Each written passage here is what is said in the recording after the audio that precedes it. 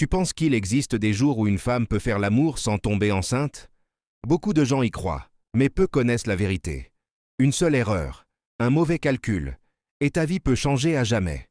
Dans cette vidéo, je vais t'expliquer clairement ce qui est vrai, ce qui est faux, et ce que personne ne te dit sur le cycle féminin. Reste jusqu'à la fin. Beaucoup de personnes se posent cette question. Est-ce qu'il existe des moments où une femme peut faire l'amour sans tomber enceinte? C'est une question très répandue, mais aussi très sensible, parce qu'une mauvaise information peut entraîner une grossesse non désirée. Alors aujourd'hui, on va en parler clairement, sans tabou, et surtout de manière responsable.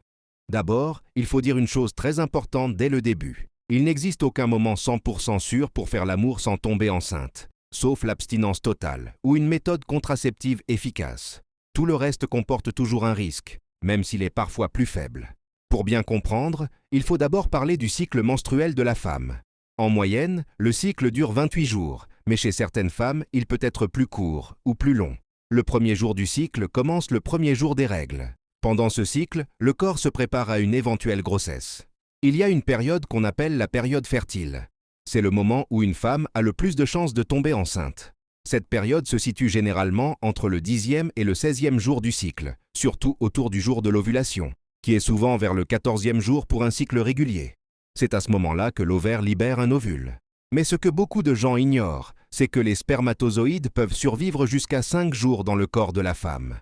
Donc, même si le rapport sexuel a lieu quelques jours avant l'ovulation, une grossesse reste possible. C'est pour ça que la période fertile est plus large qu'un seul jour. Maintenant, parlons des moments où le risque est plus faible, même s'il n'est jamais nul. Juste après les règles, le risque est généralement plus bas, surtout chez une femme qui a un cycle régulier. De la même façon, quelques jours avant les prochaines règles, le risque est aussi plus faible, car l'ovulation est déjà passée. Mais attention, si le cycle est irrégulier, ces calculs deviennent très dangereux. Il y a aussi une idée très répandue qui dit qu'une femme ne peut pas tomber enceinte pendant les règles. C'est faux.